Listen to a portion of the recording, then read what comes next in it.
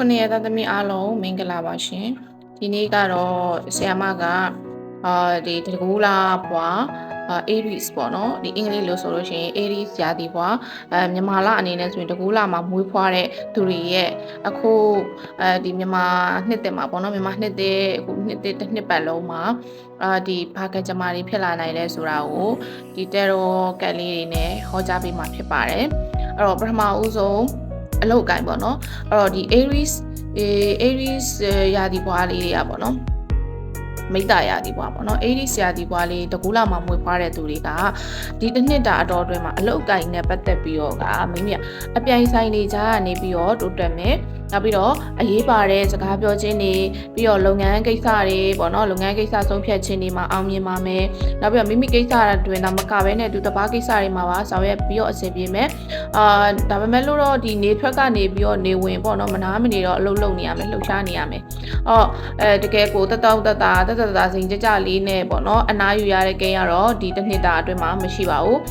တပားသူမရနိုင်တဲ့အလုပ်အကျန်တွေမလုပ်ကင်နိုင်တဲ့တပားသူအောင်မြင်မလုပ်နိုင်တဲ့အလုပ်တွေကိုကအောင်မြင်အောင်ဆောင်ရွက်နိုင်မယ်နောက်ပြီးတော့ရှင်ပြိုင်လာတဲ့သူတွေအပေါ်မှာလည်းပဲမိမိကအနိုင်ယူနိုင်မယ်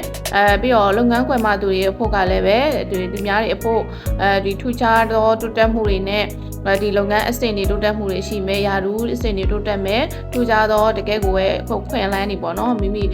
ဒီဝန်ထမ်းဒီလုပ်ငန်းခွင်မှာသူတွေပို့လဲရာထူးအဆင့်တွေတိုးတက်ဖို့ရှိမယ်ပြီးရင်ကိုယ်ပိုင်လုပ်ငန်းလုပ်ကိုင်နေတဲ့သူတွေပို့မှာလည်းပဲမိမိလုပ်ကိုင်နေတဲ့ကဏ္ဍမှာထိတ်ဆုံးထိနောက်ထိတ်ဆုံးဆိုတဲ့နေရာထိရောက်အောင်မြင်မှုတွေရရှိအောင်စူးစမ်းဆောင်ရွက်နိုင်မယ်စီးပွားဥစ္စာနဲ့ပတ်သက်ပြီးတော့လည်းပဲစီးပွားဥစ္စာတွေတိုးပွားမယ်ပြီးတော့လုပ်ငန်းမှာဆိုလို့ရှိရင်လည်းဝင်ငွေတိုးတက်မယ်ပေါ့နော်မိမိလုပ်ငန်းရဲ့ဝင်ငွေတိုးတက်ပါမယ်ဒါကတော့ဒီ Aries